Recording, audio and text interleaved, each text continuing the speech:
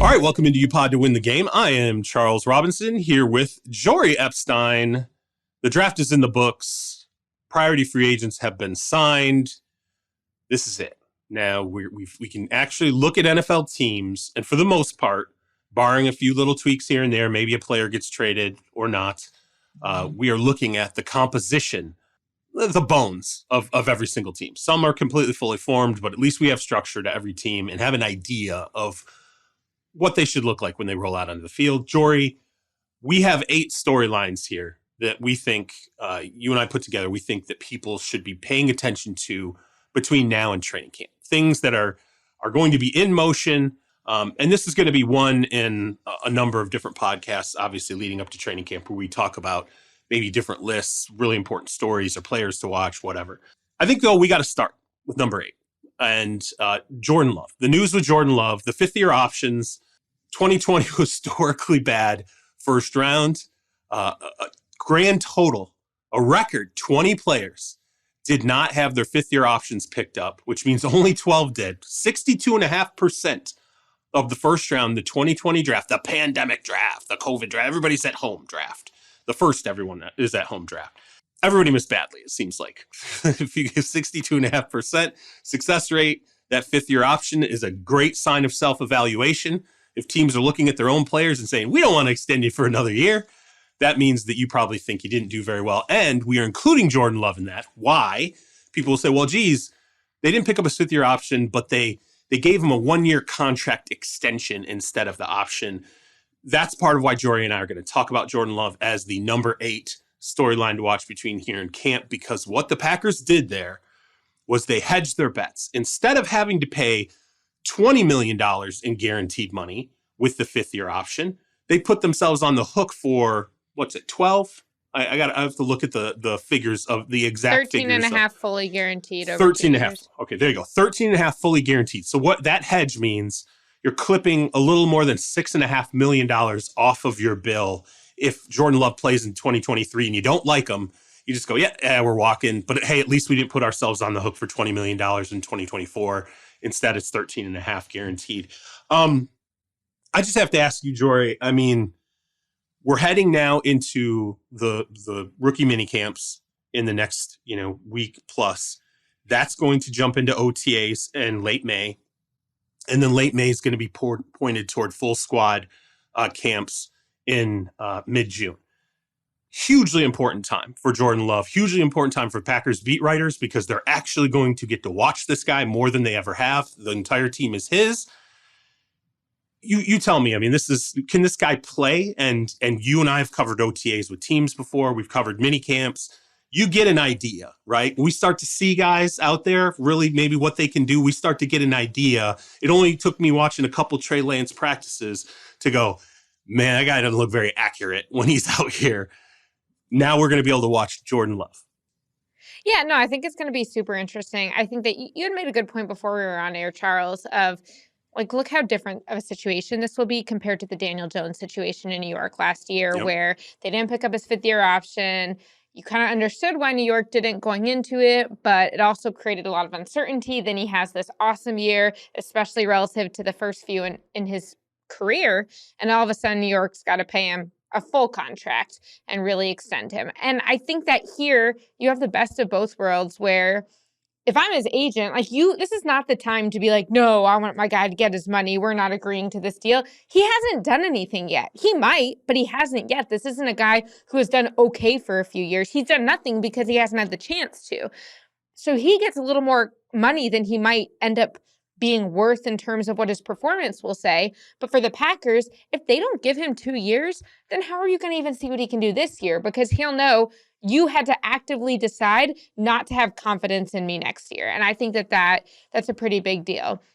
So I think that's super interesting. I think that for a guy like Jordan Love, just getting the reps at practice is going to be huge. You won't be able to know fully what he's capable of, but he hasn't really had the chance to grow. I mean, look, Aaron Rodgers wasn't coming to everything in the offseason, so maybe he was standing in here and there, but you still know it's not your team. You still know that a year ago, the Packers were giving Aaron Rodgers this extension, and that was sending a pretty big message. So I think that this is a win-win for both sides. And I think that it'll be really interesting to see what he's capable of. Again, for our listeners, he's played in 10 games ever. He started 1 ever in 2021. And his career completion rate to this point is 60%. He's thrown 3 touchdowns, 3 interceptions. And even last year, he really just was not getting much of an opportunity. But this is a guy who I think had a lot of potential physically coming out of college. I think he's super engaging and had sort of this like disarming leadership quality. I think we both spent some time with him. I know I first met him at the Senior Bowl and was really impressed with just like the down to earth nature, but also the confidence he had. And I think this is a guy who also is now going to have some new weapons in the room with their draft picks.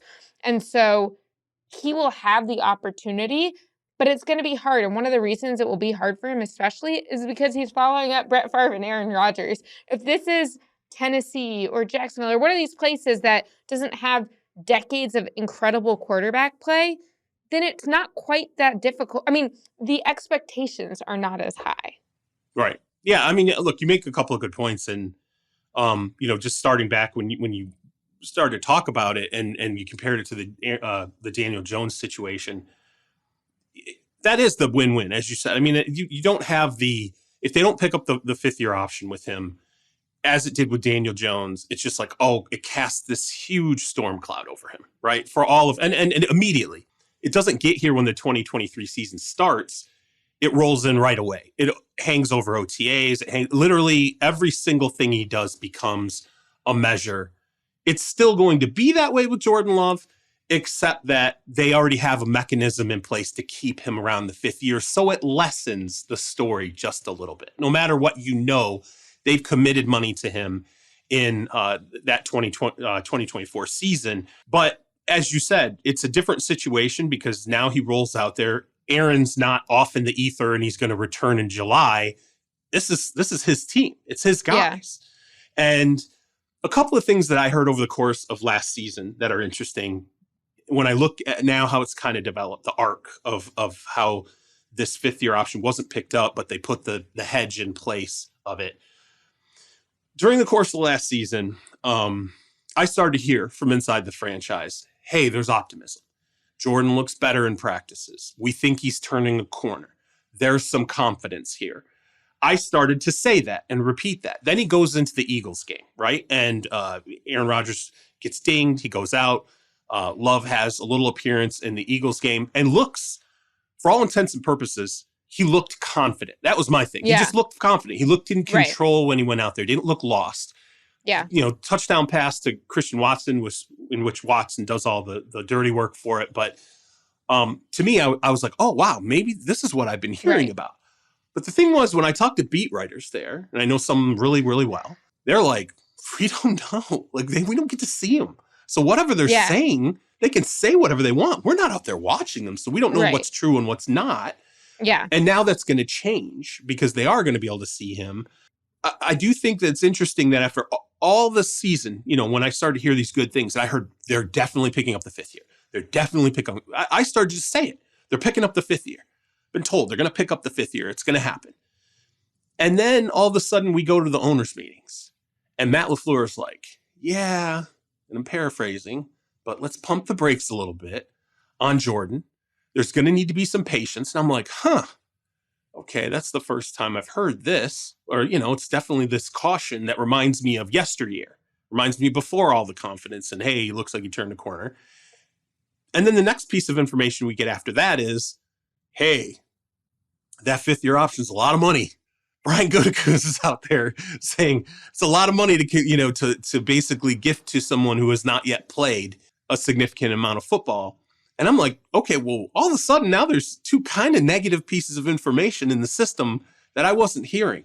And it's reticence. And it's where? In the coaching staff, and it's with the general manager who drafted him. So I'm like, okay, this is way more uncertain than I thought. Maybe people really should be backing off on the optimism significantly. But it's going to be fascinating to see him go out there. And as you said, Jaden Reed, they draft Jaden Reed, the wide receiver out of Michigan State. They expect a lot out of him. Luke Musgrave, the Oregon State tight end, who looks fantastic. I mean, when he's healthy, looks unbelievable on tape. I mean, he looks like he's just be an absolute killer player out there. They've given him pieces. He's got obviously young pieces that were there from before. I just want to see it. I want to see what he looks like. I want to see what he looks like without the pressure or the hanging thought in his mind that, well, Aaron's coming back, so I'm just sort of the caretaker now. You're no longer the caretaker. You're the owner. Yeah, but if they're uncertain about Jordan Love, this is the only way to figure it out. You have to give the guy a chance. And Right. if you do have the guy in your building, it's so much more valuable to go with this guy rather than try and find another guy. Because again, you mentioned it with the 2020 draft picks and how many of the first rounders aren't even getting fifth-year options. Draft picks are not certain. And so you at least know what you have from Jordan Love. And I think that even though he hasn't gotten a lot of reps on the field, the coaches see what he's like in practice. They see what he's like on the scout team. They see what he's like in pregame warmups.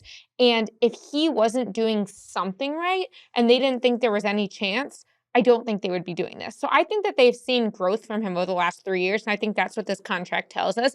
I think they've seen encouraging signs. He's just not there yet. And now the question is, will he get there? I know that we are focused more on the offseason, but it is interesting to just consider, what does he have to do during the regular season to get that vote of confidence into next year? Like, how much does he have a little bit of a longer leash, for lack of a better phrase, so that if he at least does solid this year, they're like, yeah, we'll see what he can do year 2 when he's actually playing. I want to move on, but I would guess something similar to Daniel Jones, right? Like, Daniel Jones' stats weren't otherworldly, but when you watched him, you felt like, okay, it looks like now there's something. Right, he's got control of the game. The offense is moving when everybody's there, particularly when Saquon. Look, if everybody's healthy and on the field, and look, let's be honest, the wide receivers weren't the best. It was with what he had to work with. Right. I felt like he did a good job. You looked at that situation and you said, you know what? It looks like there's capital there. It makes sense now for Daniel Jones to work something out with the Giants and move forward. That, to me, is, I don't think he has to be all world. I think he has to show, I can show you growth from game 1 to game 17. I can show you some plays. I can show you some chemistry with some of these younger players. I can give you something to build a foundation on. That's what matters. And then you go, okay, well, we already got the 5th year paid for. Awesome. Let's keep this up. Yeah. So moving on, number 7. Tennessee is a very interesting situation now. Will Levis gets drafted in the 2nd round. If I'm going to be completely honest about this, I feel like this was an ownership pick. I don't have any problem saying that. I feel like ownership wanted that quarterback. I don't believe there's a 100% consensus in that building on what exactly they have in Will Levis. I think they know they have, some people in the building know they have a toolsy guy who's got size. He's got some prototypical aspects. He's got arm to the ends of the earth. But they also know that the stamp that was put on him in the process was, is he cocky or is he arrogant? Is he Jay Cutler? You know, what exactly are we getting here, and how is he going to mesh with the locker room? You and I watched a clip. I thought it was really interesting. It was a clip that the Titans themselves put out where they're making the call. They're talking to Levis. The phone goes first from Rand Carthon, the GM, to the owner, Amy Adams Strunk, right? And then it goes to Mike Vrabel. Mike Vrabel was last. I thought it was really interesting listening to his language where he talked about Will Levis having some gratitude. Just sort of, it sounded like he was already coaching him to, here's what your mentality has to be coming in. Be gracious. Be a good locker room guy. Come in here and learn. Right? Yeah. And I'm like, wow, that's interesting how this all broke down. It's interesting they put this clip out, and I wonder if people are reading not only the order that the phone was handed off, which is very suggestive that ownership had a big role in this pick. And then the coach already starting to coach Will Levis, not on talent, on attitude, on approach, right? On mentality. Ryan Tannehill's still there. Tannehill said, my job's to win games. Yeah. Hope he adds something good to the quarterback room. It already feels kind of a little tense moving into this season. What do you think about the starting, I guess, sort of race there? And just sort of what we've kind of seen unfold a little bit that's interesting about this pick.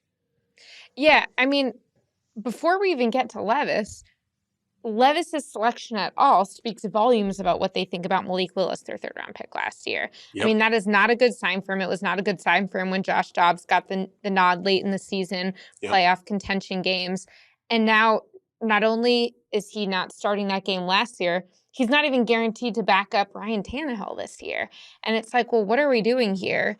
And at some point, you have to ask the question of, when they draft Will Levis in the second round, how much were they drafting him because he was their guy? They believe in him. They think this is the quarterback they want. The coaching staff is on board, not just potentially ownership, if ownership was on board, versus we need a quarterback.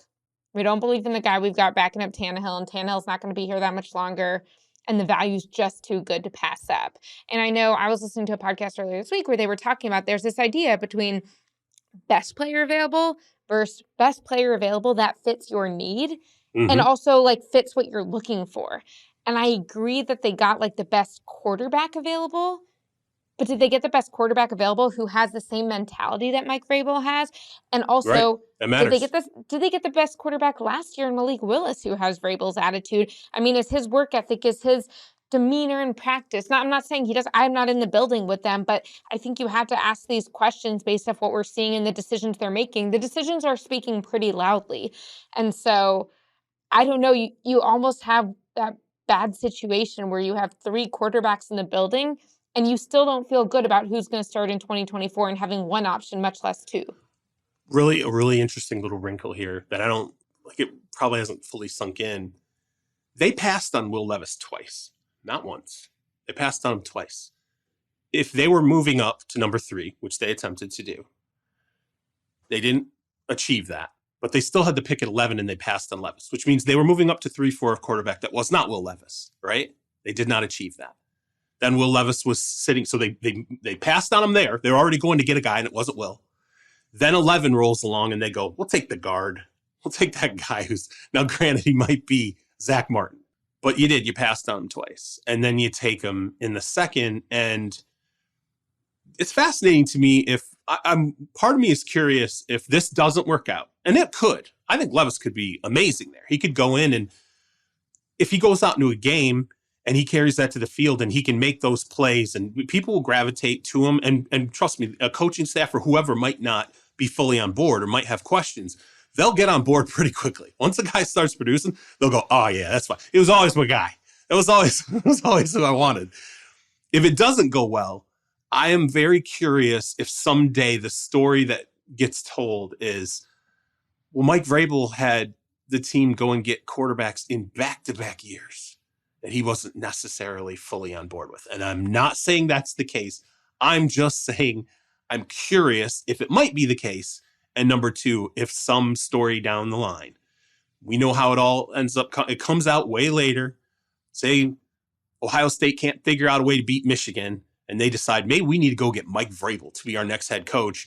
And then, as that's all going down, we're starting to hear stuff about why it might not work. I just think Tennessee, and by the way, I don't want Tennessee fans to lose their minds. I'm not being negative here. I actually think there's great upside here for your first 2 draft picks. Significant, massive upside. I think it absolutely could work out. I just think it's really going to be fascinating to see exactly how it does. All right, so let's move to number 6. Can't go long without talking about Deshaun Watson, but I think it's relevant here because, as we said, this is a nitpick from now to training camp thing. We're going to see him out there. He's had plenty of time to adjust, knock rust off. He's familiar with the offense, all these different aspects that we thought he's still feeling his way there in Cleveland. He hasn't spent a significant amount of time this offseason having to deal with, obviously, all the off the field issues that he was dealing with before. For all intents and purposes, this is the sort of best case scenario now. The time that he's living in right now. They've added assets in Cedric Tillman. The offense has added pieces this offseason. It's been geared toward making sure Elijah Moore, they trade for Elijah Moore. It's been geared toward making sure that Deshaun Watson has what he needs to be successful.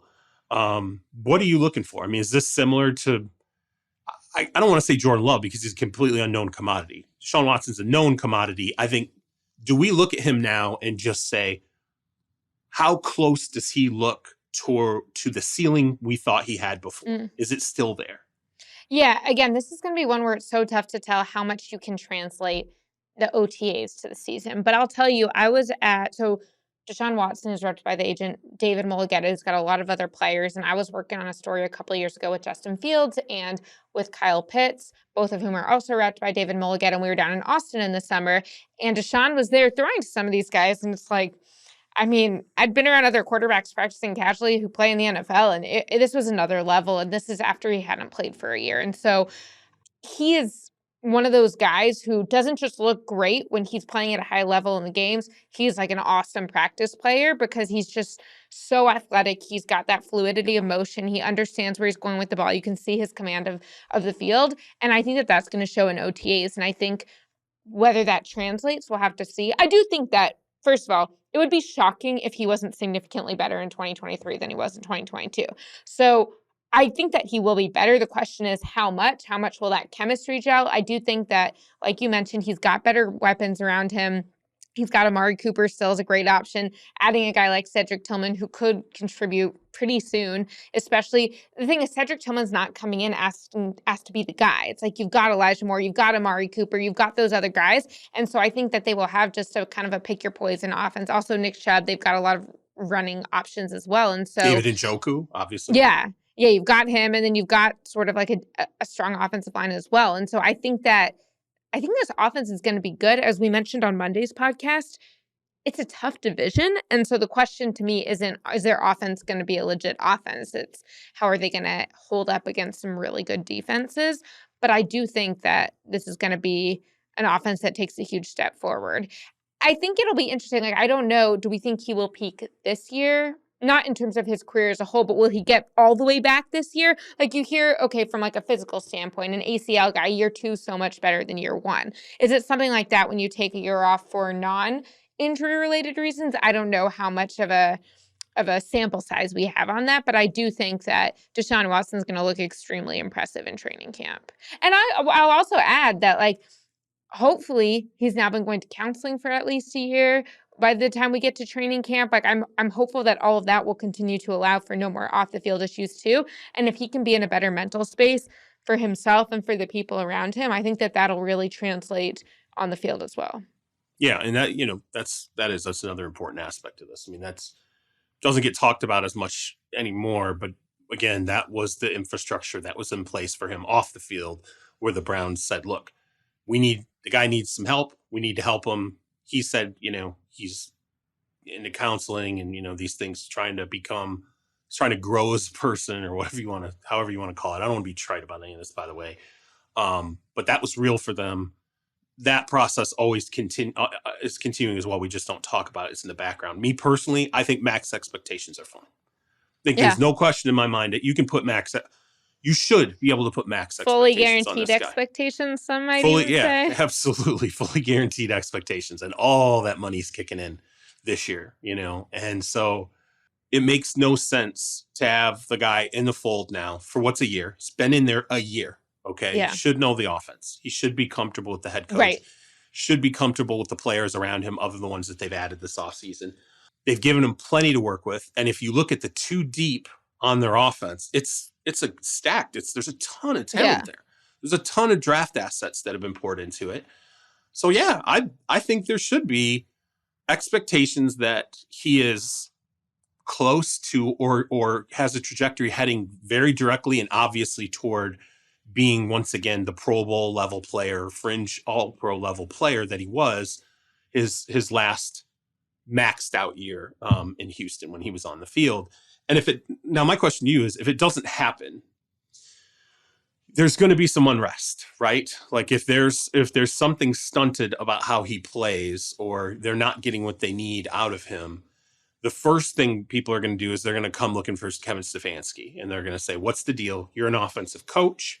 You should be able to gear this system around him to build success the way that Kevin O'Connell did, for Kirk Cousins, or you just name it. Any of these offensive coaches, Zach Taylor and Joe Burrow, whatever. So yeah, I mean, Stefanski, there's going to be some pressure, and I think there's already been pressure and criticism, and they've weathered it no problem. I think it would get problematic though if they hit bumps, and then next you get to Andrew Berry, because they're going to say, well, you signed him to this deal, you poured all the assets into acquiring him, and so far, all we've got is magic beans. We would rather have the cow back. Like you got to have something. So do you presume, as I do, that pressure is going to start to crawl up the levels of the organization without Deshaun Watson having some pretty clear sustained success? Yeah, I do. I don't think it's like a hot seat year for them, but I think it's you'll start to get a sense of whether or not the risk that you took was actually worth it year. Right. At some point, somebody's going to have to pay the price. And it's not Watson, because you paid him all the money. He's too big. He's too big to fail.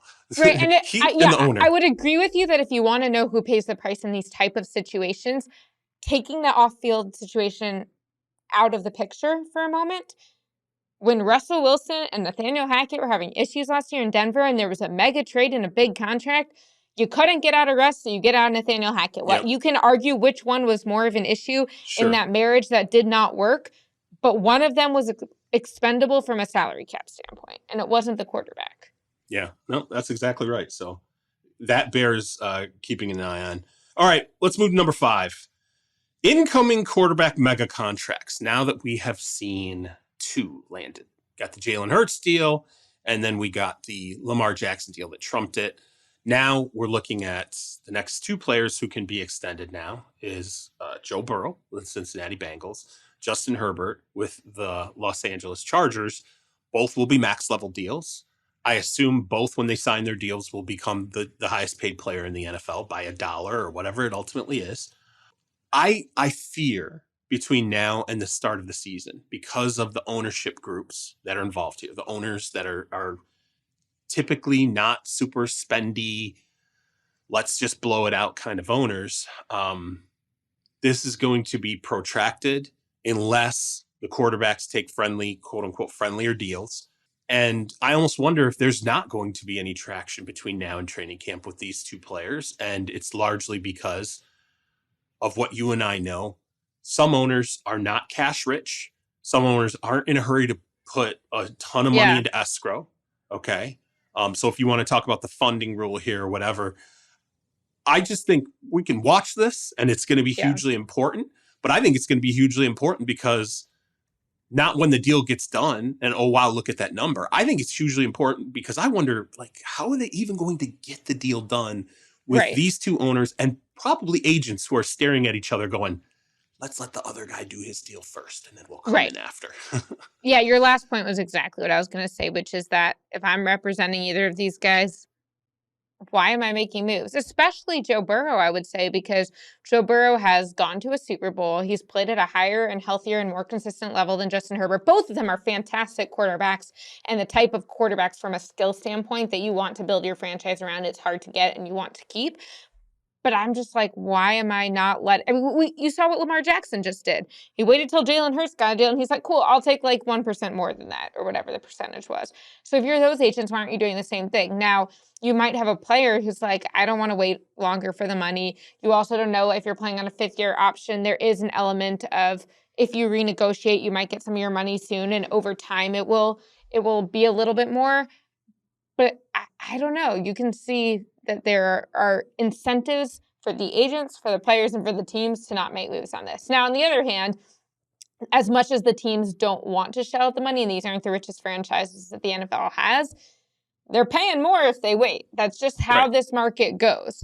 And so you might have them. I mean, Brandon Staley, the Chargers head coach, did say at owners' meetings that they had started discussions and negotiations with Justin Herbert's representation. I get the sense that that one will get done first, but I don't know. And I also think it's pretty believable that once one of them gets done, the other gets done pretty quickly after. But I don't know. Do you think that they'll both get done before the start of this season? 0, 1, or 2?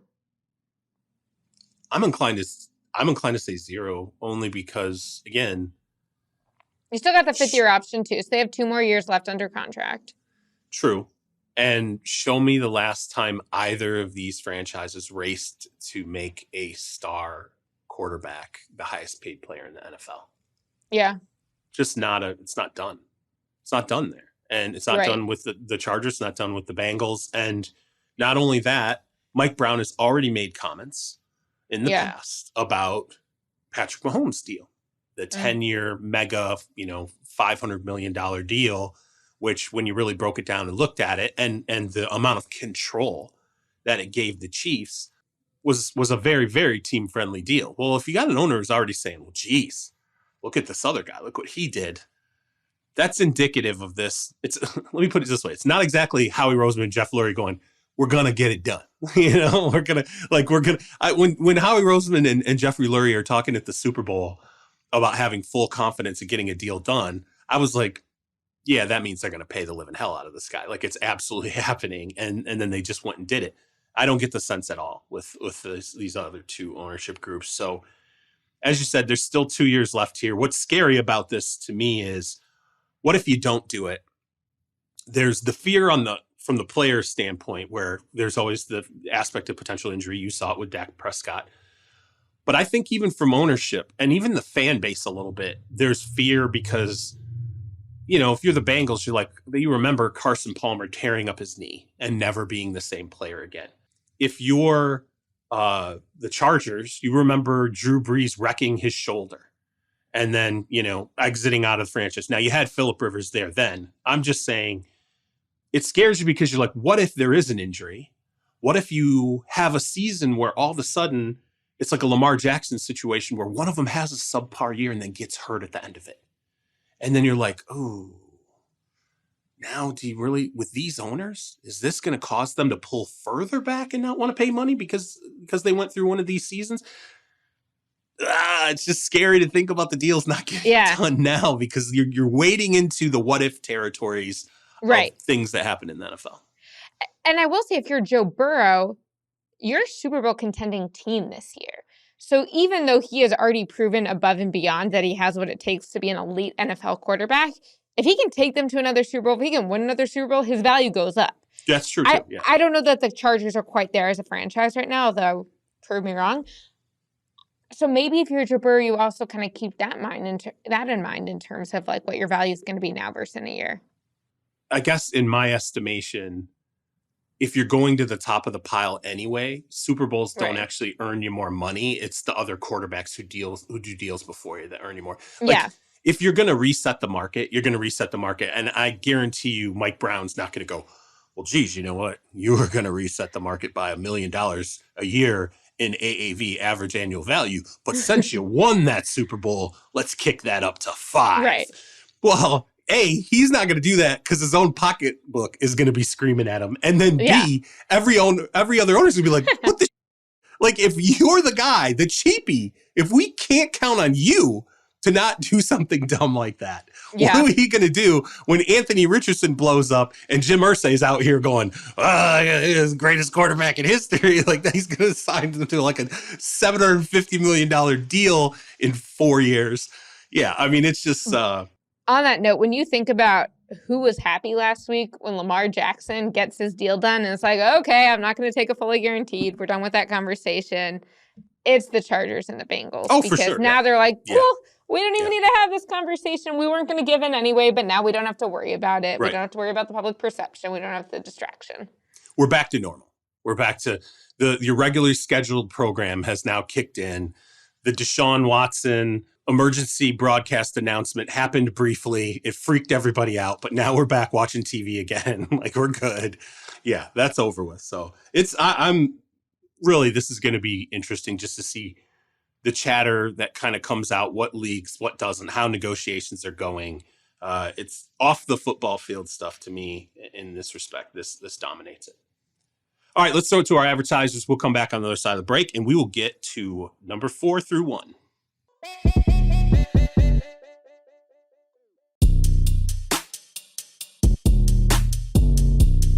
Okay, welcome back in. Let's get to number 4, the San Francisco 49ers quarterback situation, which to me is still unbelievably interesting because we don't know what's going to happen with Brock Purdy coming off of the elbow surgery. You spoke to Brock Purdy himself, and he was being logical and saying, who knows? We just got to wait and see, how this all develops. Trey Lance didn't get traded. To me, clearly was on the block in the respect that the 49ers let it be known that they were receiving, quote unquote, receiving calls on him, which is a cute way of saying, yeah, we're willing to take calls on him. And then you have Sam Darnold, who goes over there on a 1 year, maybe Kyle Shanahan resurrects him in some way, shape, or form. I said it before, I'll say it again. Never seen a team that feels so championship ready with such a just complete carnival ride at quarterback. Like, who knows what the hell is going on there? And here's the crazy thing, too. Monday, I had a team executive who is not prone to asking things like this. He said to me, are we 100% sure that Tom Brady is retired? And I was like, why are you asking this, man? I'm like, are you serious? And I was like, yeah, I think so. I mean, like, I don't know. A 49ers exec? Well, it was not a 49ers exec. If it was a 49ers exec. Was his name John Lynch and he's an understanding of what it means to be a former player? We would have had a whole different conversation here. It was not a 49ers exec.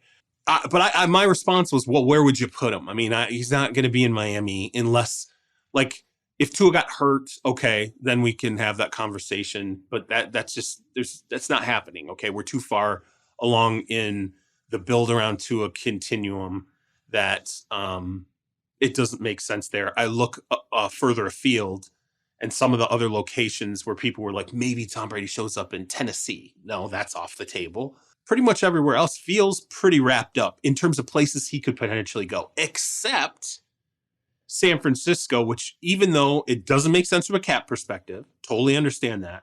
Need and want perspective, though, I mean, I'm not, and by the way, I'm not making this into a Tom Brady thing. I'm just saying that's how ridiculous this quarterback situation is, because that's who the executive asked about. When I said, where would you put him? He was like, well, what about San Francisco's situation?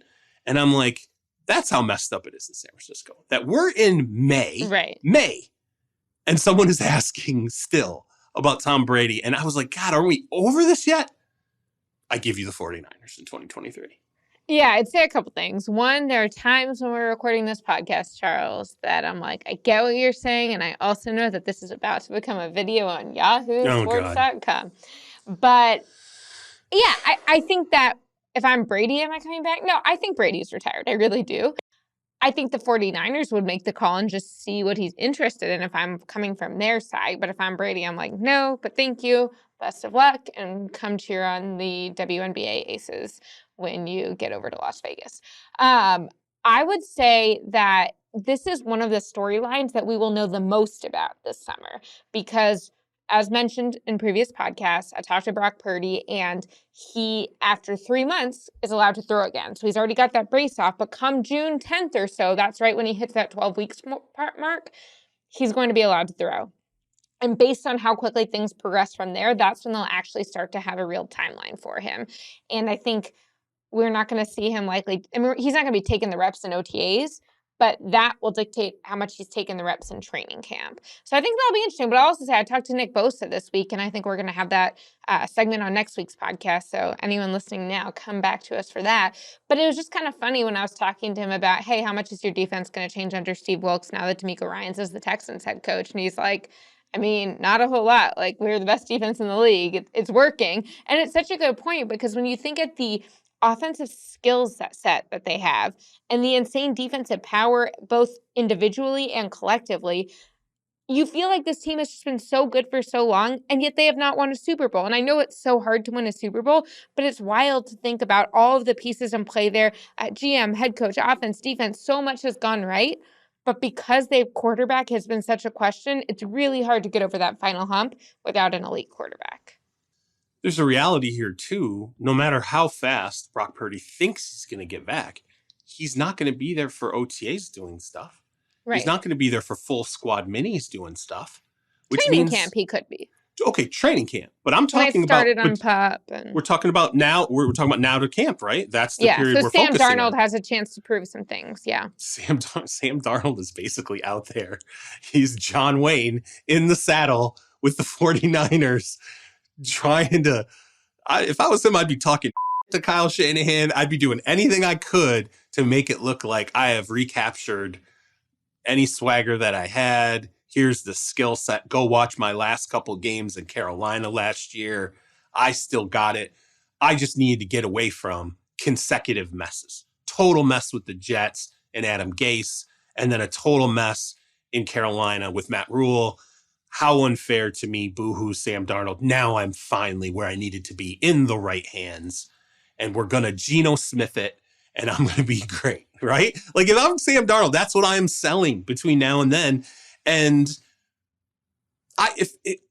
that's the one thing about Darnold is it, at the very least, and I should have recognized it about Geno when I blew off Seattle saying that Geno really could be the guy. Geno was not bereft of talent. He had arm talent. He had athletic talent. Sam Darnold does have talent. He does have arm talent. He does have athletic talent. Yeah. It's not gone. It just looked like for years. Okay. And think about the guys who get with the right coaching staff and how much that can do for that. Again, Trevor Lawrence is not a one-to-one comparison, but think about what he was able to do just getting past Urban Meyer and Doug Peterson. Weirdly enough, it's Sam Darnold season until July. Like, it's weird to say that, but it really is. I don't know how to feel about that. But if you ask me, do you really want to get out there and see this guy? I kind of do want to see him and see what he does with Kyle Shanahan reprogramming the buttons in his head, and whether or not that can really work. But that's who's putting chips in brains. Kyle Shanahan, quarterback. Exactly. We're talking about, that's how messed up the situation is, that we're talking about, is Brady retired? What's Brady doing? And then it's like, Sam Darnold's the guy. Like that's how screwed up this situation is, that we're talking about these guys as potential outs. One who absolutely is not coming through that door, I don't think. And the other guy who came through that door, but we have no idea what he really is this far into his career. So, going to be entertaining. All right, number 3, Tua Tagovailoa. Can he stay healthy? Miami looks like a team that should be able to make some noise. When you look at the additions that they've made, adding Vic Fangio as defensive coordinator, the roster feels really stacked. I love Mike McDaniel. Every time that dude talks, he makes me laugh. Oh my God, the best. One of the most entertaining coaches out there. Does not seem to take himself too seriously at all. It just, you sit there and you stare at it and you're like, well, this kind of depends on Tua. Can he not sustain a concussion? And when I say healthy, I don't mean shoulder, or, I'm just talking about the concussion. Because when he came out and he said, hey, I thought about retirement after the concussions, which naturally that makes sense. Anybody would sit there and contemplate, like, what does this mean for me? I think the question, we're all going to hold our breath every time he gets hit. We're going to hold our breath and go, is this it? Is this it? Is this it? The first time he gets thrown to the ground, we're going to hold our breath. Now they've tried to resolve it with, there's going to be some new helmet technology, right? They're working on the helmets to continue to try and protect people from concussions. Weirdly enough, there's been this idea of him learning how to hit the ground, which is, I don't know how you can practice that, but trying to learn how to hit the ground in a way that doesn't allow your head to smack into the turf.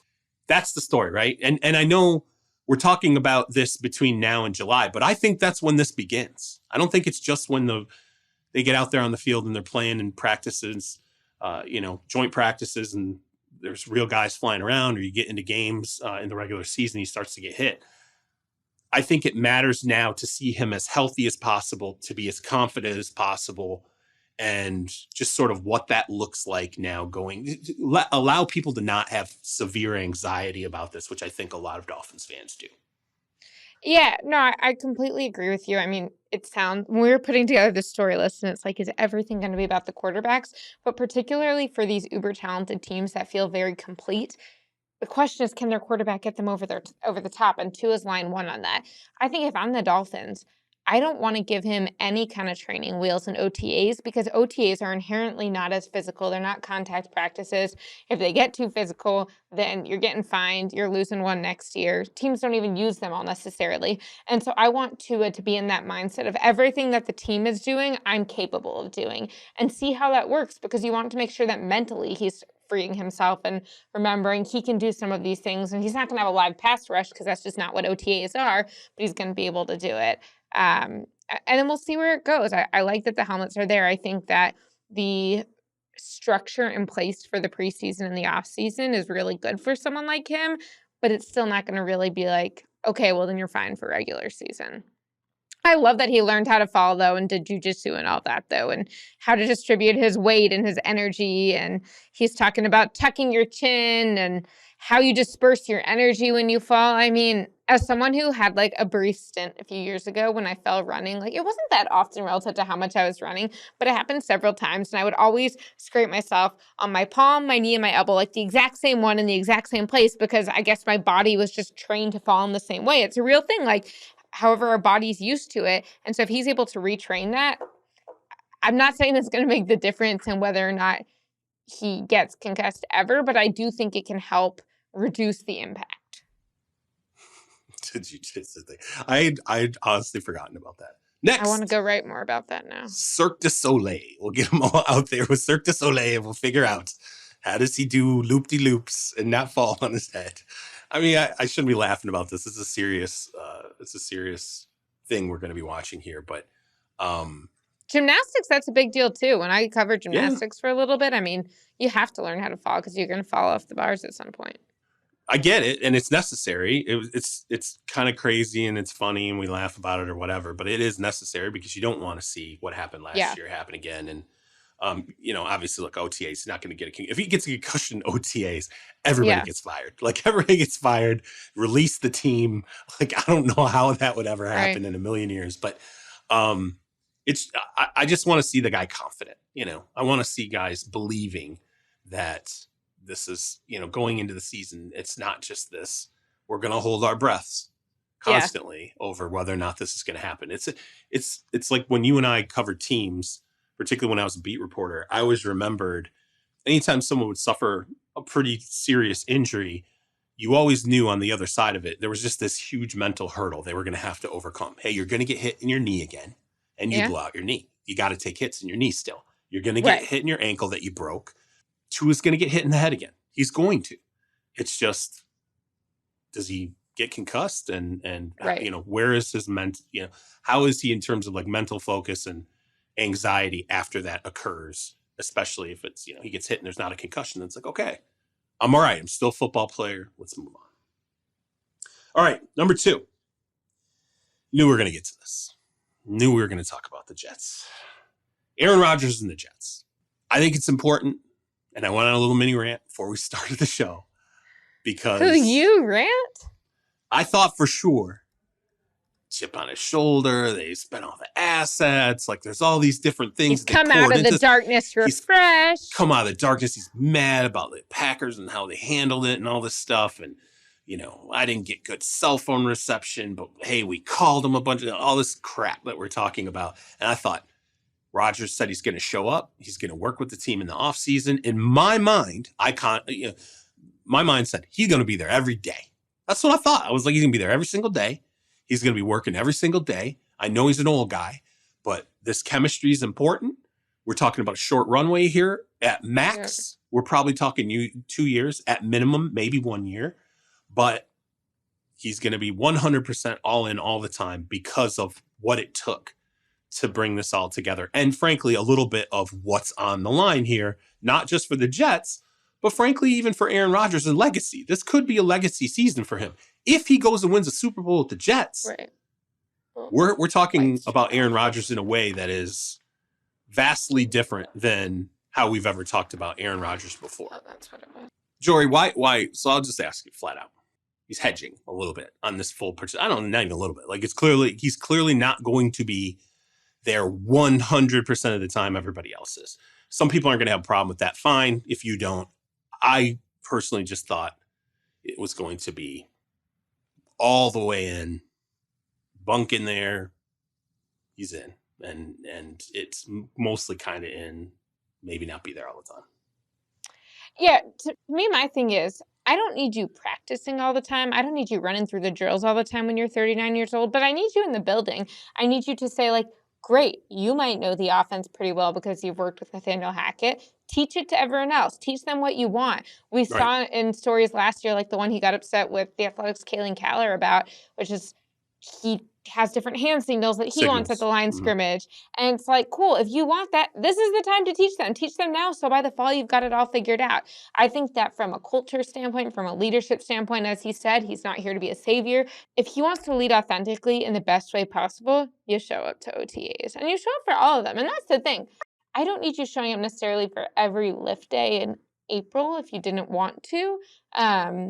It would be nice. And I think that there are a lot of organizations where that does happen and it helps. And maybe there are times in June or July where you're bringing your receivers with you to California and you're training with them then. But I want them to know that you're always available. I want them to know that you are actively involved, not just in your own development, but in their development, and to understand what that means schematically and also culturally, because you also hear a lot of stories. I mean, I've talked to a lot of guys during my career who have been like, yeah, the first year I was on the team, like, I didn't want to ask Dak a question because I thought I'd feel stupid. And so I asked Cooper Rush, which isn't bad. Cooper Rush might know the answer textbook, but he doesn't know necessarily what Dak is thinking at every single moment. And so you need to establish that kind of rapport where even if you're going to be a Hall of Fame quarterback and even if you've won a Super Bowl, guys feel like you are around when these conversations are happening. And so they understand what you're looking for and what questions will come up. Because again, I think there are a lot of guys, especially younger players, who are not necessarily going to come to you for a question, but if you're in the meetings with them as things are getting installed, then they might say, like, what does that mean? And then maybe you hear it and you chime in. So I think it's really important for the communication that he's there as much as possible. And I'd also say, like, OTAs are not that long. You still have your summer. Yeah. And you're going to be living up here anyway. There's plenty you can do. If you want to go to OTAs and then the rest of the week go see a Rangers game or go see a Yankees game, you can do that. So he needs to be in the building. Yeah, and OTAs it's not the most mentally taxing environment either, okay? Like it's much more loose and, it's not like you're going there and you're getting ground to a pulp, right? Yeah. And even when he is there, as you said, I'm fine with you taking the physical rest days or whatever, but I think the mental reps are important for you to be a reference guide for other individuals. And frankly, if I'm the Jets, and I'm not saying this is the case, but if I would imagine if you're running the Jets, you're like, well, we want Zach Wilson to see you showing up to every single, like that's Zach a good Wilson's point like, hey, too. man, that's a Hall of Famer, and he's here all the time. He's available all the time to help. Now I'm looking at how he communicates with his teammates all the time, how he handles questions, how he carries himself. I think it's even good for the organization when, as you said, you have these. When I would go out to Cowboys, when you're covering Cowboys, and they would make the big deal about participation percentage. Remember Jason Garrett and we're at 99% participation percentage. And I was like, yeah, you know what? If you're the 46th player on that roster and you're walking through and you see Dak Prescott in the building, you're kind of like, and you should always be in the building. Yeah, but also you're like, sweet. Like, this is cool. Good. Man, we got all the guys in here. Like, this is, that's part of what culture is. And I understand it's not his job to be the savior or the culture builder or all these different things, but it just comes down to what does he want? Okay. Yeah. What do you want? How do you want this to go? And yeah, I don't know. Whatever it is. Jets fans are going to get pissed because they're going to be like, whatever, shut up. Let Aaron do whatever he wants to do. All right. Like, that's the world you want to live in. That's fine. But I don't want to hear about it later when there's, like you said, there's a hiccup where somebody didn't know a hand signal in the middle of a game, and maybe that's something that could have been helpful in May or June of all times. Yeah, the TLDR is, yes, Aaron Rodgers can play fine without it, but this isn't about him. It's about him leading everyone around him and lifting everyone around him. Don't TLDR our segments, Jori, okay? Listen to the whole thing. Listen and read, okay? All right, number one. Maybe not number one to everybody, but it's really interesting. The rookie QBs, they're all in their new homes, which are starting week one. I think it's fascinating because I think it's clear we have two that are absolutely unequivocally starting week one. That's going to end up being Bryce Young in Carolina. It's going to be CJ Stroud in Houston. But I think when we get to Anthony Richardson, it's going to get really interesting. Yeah. I know there's this thought, Gardner Minshew can handle the load and like all this stuff. I don't know, man. I mean, you're already hearing he's going to play, right? We're already hearing from Jim Irsay he's going to play this year. I'm like, man, we're already saying this. He's definitely going to play. When everybody out there, and everybody can be wrong, but everybody out there going into this whole entire assessment was he would benefit from the redshirt year. Not going to get the redshirt year. He's going to get some burn. And to me, I think if he's going to get some burn, I think that guy's going to start games in 2023. The question is he going to start week 1? So let's start at Richardson.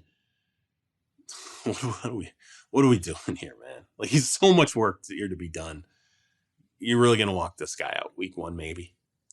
Yeah, our Anthony Richardson conversation reminds me of our conversation about Tennessee and Will Levis, because I think there are franchises where you say, hey, what Kyle Shanahan wants in San Francisco, he's going to do, and that is how decisions are going to be made. They might be made in concert with the Yorks. They might be made in concert with John Lynch. But if Kyle doesn't want it, it's not happening. I don't think that's how everywhere operates, and I don't think that's how Indianapolis operates. If Jim Irsay really wants Anthony Richardson starting at the beginning of the year, I don't know. Shane Steichen's a first-year coach, and Irsay's going to be tweeting about it, and it's not going to be a quiet situation. This isn't going to be something internal we never hear about because Jim's going to tell us himself. I think he will, but I think Shane Steichen would rather have Gardner Minshew start the year. Now, he can see what Anthony Richardson does. A guy like him is typically going to light up preseason because of his physical gifts and the tools he's got and the relative competition he'll be going against. I do think he'll start in 2023, and I think that's probably the right decision, but I don't think he should start week 1. And I think he would have to have like a pretty spectacular training camp for Shane Steichen to want that. So to me, it's not a question of like, there's a question of will he, and there's a question of what will the coaching staff want. And I don't think they're the same question. I think the further we go and the more that movie Draft Day, well, I think as we go every year and like that movie Draft Day becomes more and more part of our annual consciousness every time the draft comes through. Frank Langella, who played Anthony Molina, the owner of the Browns, I swear to God, Irsay felt like that's who he was this draft. I want a splash. Give me a splash. He wanted like, and then he's out there and he's already hyping everybody up on Anthony Richardson, effectively comparing him to Joe Montana. Like, you're just like, dude, what the hell? Slow down. It's not a speed up situation. It's a slow down situation. How long is it going to be before he's outside of his private jet again, shooting these whack ass videos and posting them about what he thinks is going on in the organization and where he's at, mentally? And it feels like a situation where if you're Shane Steichen, you're probably overwhelmed by it. If you're Chris Ballard, at this point, you're kind of like, I feel like he's like in like a hostage video now. Like he's like, I don't even know what's going on in this. Like this organization is gotten away from me. It's gonna be interesting to see if he shows up on week 1, and if not on week 1, how long it is before. Especially if there's. Look, if they struggle, they lose games, right. Fans are going to be like, let's throw the kid in. Let's see the kid. Like, come on, bring get back some Jeff reps. Saturday. Yeah, that's the break glass in case of emergency situation. The other thing I want to ask you, Charles, is so clearly Bryce Young is the most likely quarterback to start. CJ Stroud is right there with him. And Carolina and Houston, top 2 picks from clearly quarterback needy franchises. I would still put Anthony Richardson at 3, but I want to ask you who you would put at 4, because Will Levis might be the obvious answer. But I think it might be Stetson Bennett. I'm kind of wondering, with the Rams, Matthew Stafford, his elbow, his general health at that age, I don't know that he's going to be healthy. I hope he is. I'm not trying to injure a guy out here in May. But if you are to believe what the organizations were saying this weekend, which we shouldn't because everyone's lying, but if you were, Rams general manager Les Snead was like, wow, he loves Stetson Bennett.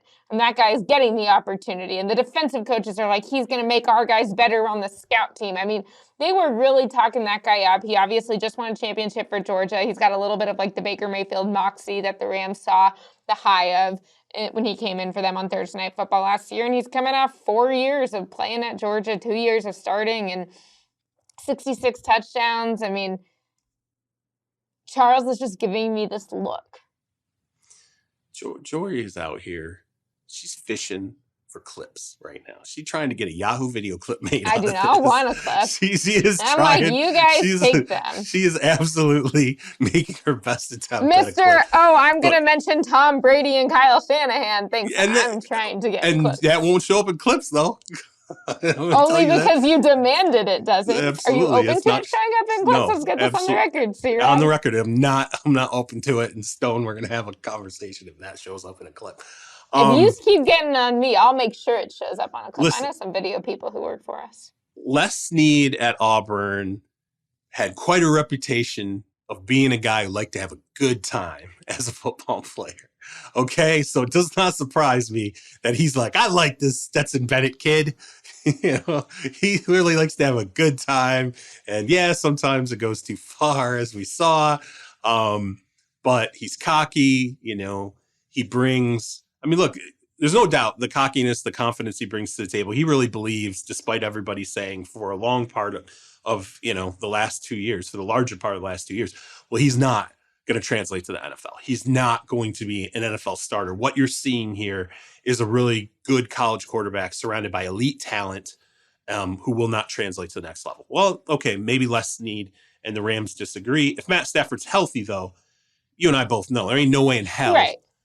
Health permitting, though, if Matt Stafford's banged up, is it possible for Stetson Bennett to see? Yeah, hell yeah. Sure, absolutely. I think the organization's cocky enough. I think Sean McVay's cocky enough to go, we can get that kid ready. And so... Right. By no means do I think that... No, he ain't beating Stafford. He's not beating Stafford, and they're not being like, it's time to make the move. I'm not making that argument. I think the question is more if Stafford gets hurt, and I saw this again in Dallas when Tony Romo went down, Kellen Moore went down, and we were like, okay, Cowboys, sure, you're not going to bring in a veteran quarterback, and then fourth-round pick like Stetson Bennett, Dak Prescott comes in and has that run. And I'm not saying that Stetson is Dak. They're very different guys in a lot of different ways, but I think that if there is a situation where Stafford is not available for the beginning of the season, based off what the Rams are telling us now and the enthusiasm with which they are telling us, I think we have to consider the possibility that they would start Stetson Bennett rather than go get a veteran journeyman. I agree with that. I could see that staff rolling with that kid. Look, we've seen in the last couple of years, we saw Sean McVay kind of roll the dice on some different quarterbacks when he didn't have, either Goff available or he didn't have, Matt Stafford available. So if you're willing to roll the dice on like a Baker Mayfield in the fashion that they ultimately did, and again, some of the other guys and decisions that they made, yeah, absolutely. You drafted the kid, you feel good about him. You're going to have whatever amount of time now to get him prepared. So it's interesting though you bring that up. I am always curious about Matthew Stafford's health. So Stetson Bennett could certainly become more relevant than we thought, faster than we thought. Before we get out of here though, we talked about Tennessee. Tannehill being on that roster now surprises me a little bit, only from the standpoint of I really thought once it became clear that Tennessee was a team that was trying to get to 3. And I think Houston thought, honestly, for a period there, we're gonna get snaked on this third pick. We're not gonna end up getting this third pick. Tennessee's gonna walk with it, even though we think we outbid them. My thought process was he's gonna get dealt during the draft. The way we saw DeAndre Swift obviously got dealt when Jahmyr Gibbs lands in Detroit. So either it happens during late stages of the draft or right after the draft. They didn't get Stroud. They end up with Levis. We've talked about how Levis is functionally, it all feels like a work in progress there with that pick. That to me is why Ryan Tannehill is still on the roster. I assume that's why Ryan Tannehill will start, even though they're saying, hey, Will Levis is going to be our third quarterback. Malik Willis is going to be the number 2, but everybody's going to compete for this job. I hear him say that. I guess I feel like it's still kind of Tannehill's team right now. And they're just sort of waiting to see what Levis can do to potentially take it away from him. Yeah.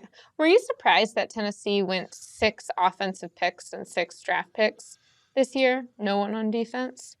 Yeah.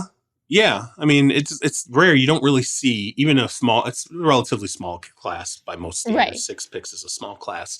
Usually you won't see a completely one-sided draft, but I think if you look at the makeup of that offense, you have a centerpiece running back who's old, right? Like he's getting, like, Henry's already been on the block. So it makes sense that you would bring in a potential heir apparent, albeit TJ Spears, net knee, who knows? It makes sense that you would bring in the heir apparent for Ryan Tannehill, who, again, they were pocket shopping before the draft, just kind of checking to see if teams were interested in him. Yeah, I mean, I don't know. Maybe this draft, I would just say maybe the way this draft fell, maybe there's not the multitude of guys available where you need it most. I like, to me, is it possible they added a starting running back? Yeah, it's possible if health permits, and he is what we kind of saw last year at Tulane. Is it possible, Will Levis, you added a starting quarterback? Yeah, it's possible, given the tools he brings to the table, the rep and all that, the ceiling. Is it possible that Peter Skoronski is Zach Martin? It's possible, right? So you're if you're sitting there going, we're picking starters, then I guess I kind of understand it at that stage. You take the best shots you have on the table, and but I don't know, again, how much ownership's involved in some. Maybe the Levis pick was supposed to be a defensive player, and then it didn't end up being a defensive player. You picked Will Levis, not Will Anderson Jr.? Yeah, right. Wait, he's the one. Yeah. Whoops. Bring the card back.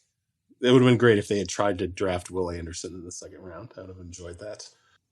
All right, that's it. We gave you 8 storylines. Get used to this. We're going to be doing different things like this as we head into the regular season now that teams are settled out.